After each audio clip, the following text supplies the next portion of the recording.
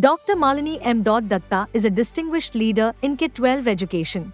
She currently serves as the principal of BGS National Public School, Bangalore. With over 25 years in academia and leadership, she is recognized for her resourcefulness, dedication, and commitment to holistic and innovative education. She has been consistently honored with the K-12 Principal of the Year Award for Innovative Education Leadership by Academic Insights. Answering a question from Mr. Moin Rahman, Managing Editor of the Academic Insights magazine, in the context of Karnataka, where the state is opposing the NEP and moving forward with its own state education policy, how do you see institutions like BGS, NPS and other K-12 schools adapting to this shift? What are your thoughts on its impact? Good morning, everyone, to this August gathering. Thank you so much for having me here. This is a wonderful question that why we all are struggling to understand NEP. I was very fortunate to be there with Kasturi Lingan sir while this NEP was getting formulated. So two things, I would represent the school fraternity and I would like to reflect on that. So where we were talking about the changes in NEP, and I would like to avoid the political falsifications and the political antagonism that is all involved. Let us not talk that inside. We will be talking about how better it is going to make it. So the most important is changing the entire system, the pedagogical changes and the strategies that have been changed when we talk about the holistic development. This is a word that is capturing the attention of everyone, holistic development.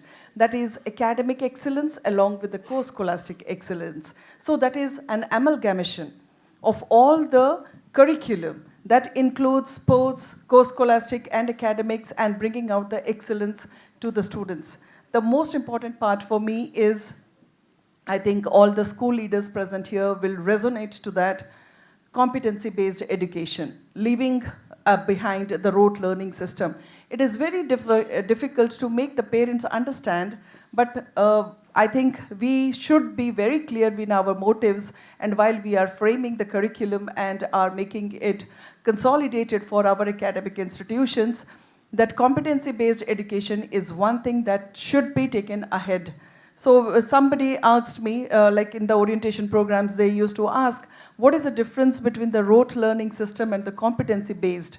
It is very simple, and I think all of us should take it forward and ahead for the betterment of our students. When we talk, I will just give you two examples. The first example will be, what is federalism? This is a question which is coming from the rote learning system where the WH and the H questions are still surviving. But and here, what is federalism if it is asked? The child somehow has to write a definition. And if the child has forgotten the definition but has some means, understood about the concept, cannot do anything or cannot gain any marks or scores for him. But at the same point, competency-based education, if the question is there, define federalism. Even if the child is unable to write any particular definition for federalism, and he writes India, it is absolutely correct and full marks are given. This is what NEP is propagating from the rote against the rote learning system.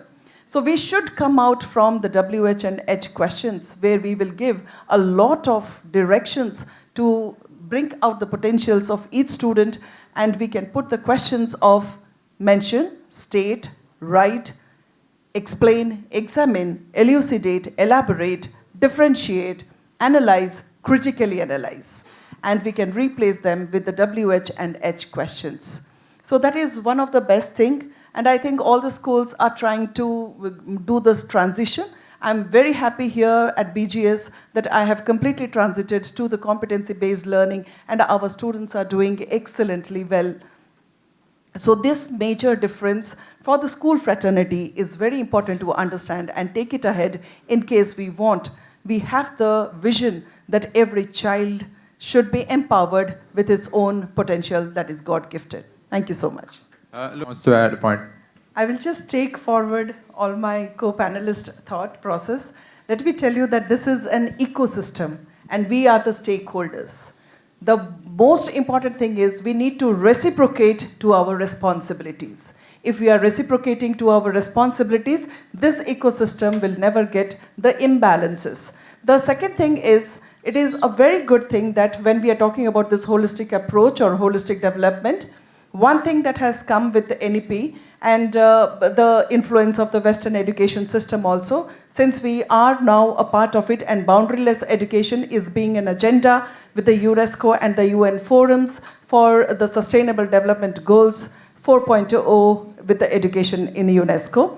They are making the students right, whether it is an international university or a national university, they are asking the students two things. And to our surprise, academics is second. First, they are talking about what kind of social service, what kind of social connectivity, what kind of ethos and pathos are attached to us, what we have worked for it, and how much we have worked for it. And in our human character, academics is counted for 60%.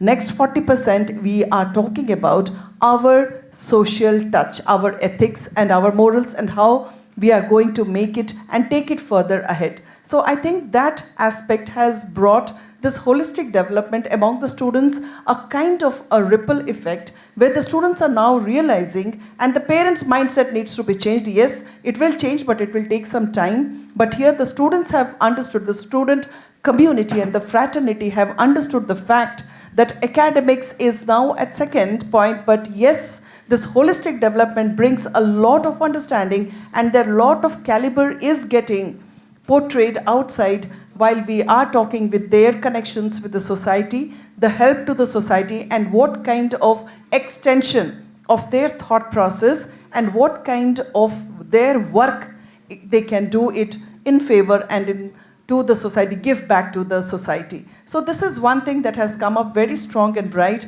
and thanks to all that we are all talking about the holistic development, I think that will change the mindset of the fourth and the most important stakeholder of this ecosystem, that is our parents.